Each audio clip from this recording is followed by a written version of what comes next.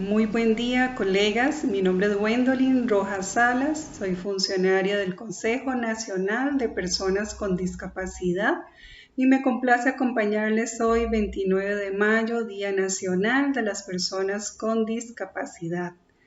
En esta fecha también conmemoramos el 25 aniversario de la promulgación de la Ley 7600, Ley de Igualdad de Oportunidades para las Personas con Discapacidad.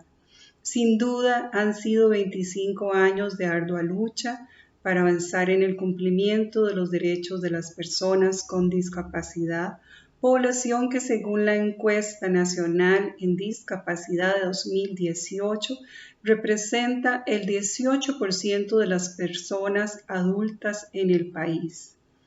Es necesario también señalar que según esta misma encuesta, el 55% de ellas está en situación de pobreza, solo el 40% se encuentra ocupada y el 61% son mujeres.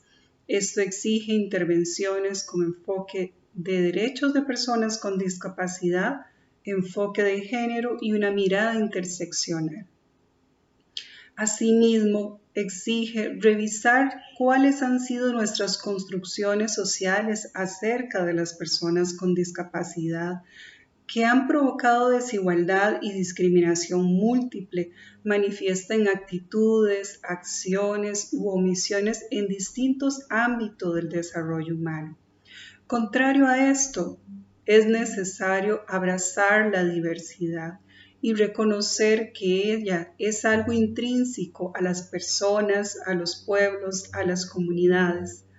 Es necesario reconocer también que los derechos de las personas con discapacidad no deben ser condicionados, de manera que esta lucha no cesa. Las personas con discapacidad abogan hoy con mayor fuerza por un desarrollo inclusivo y en el contexto de la pandemia por una inclusión en los procesos de reactivación económica y en los grupos prioritarios de vacunación que han establecido las autoridades nacionales.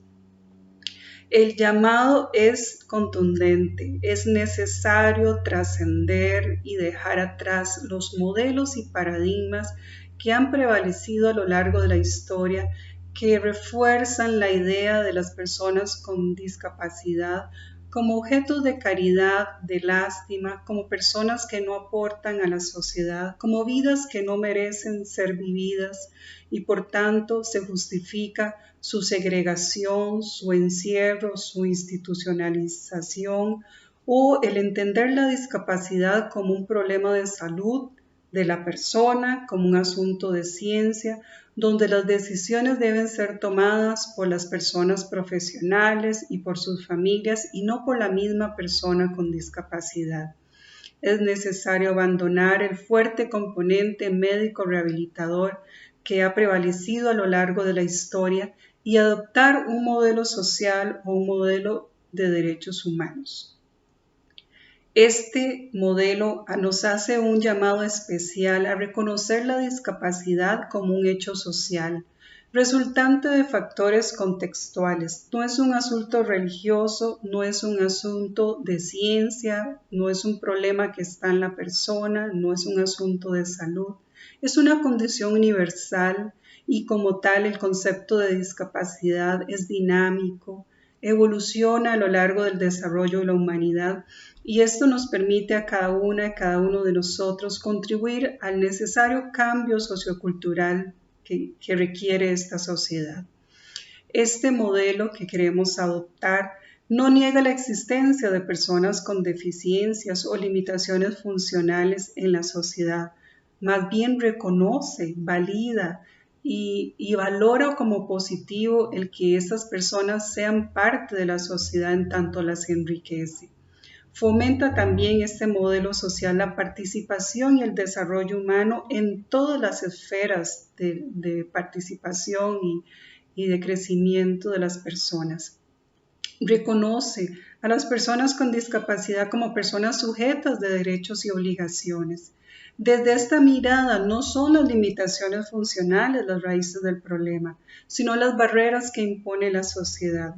y en este contexto como profesionales de trabajo social, nos surge adoptar medidas para que cada una de las intervenciones que gestionamos tengamos en cuenta los derechos, las necesidades particulares, las demandas de las personas con discapacidad, sus familias y organizaciones.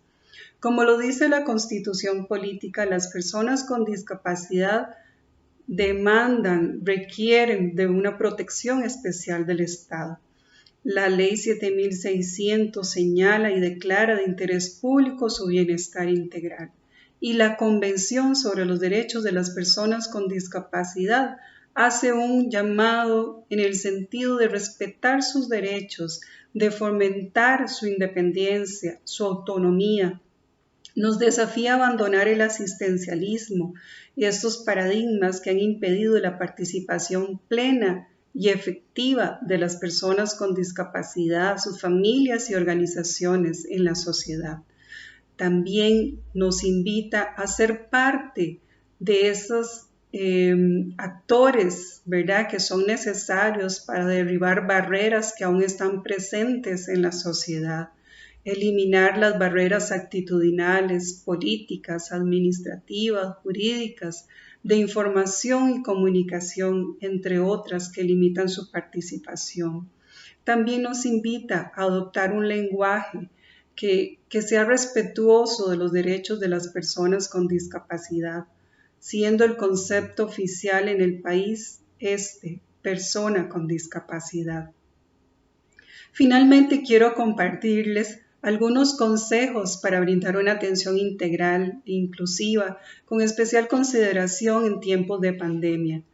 Y es importante que en las interacciones que tengamos con esta población, interactuemos con naturalidad, les llamemos por su nombre, evitemos los diminutivos, las tratemos de acuerdo a su edad cronológica y contexto.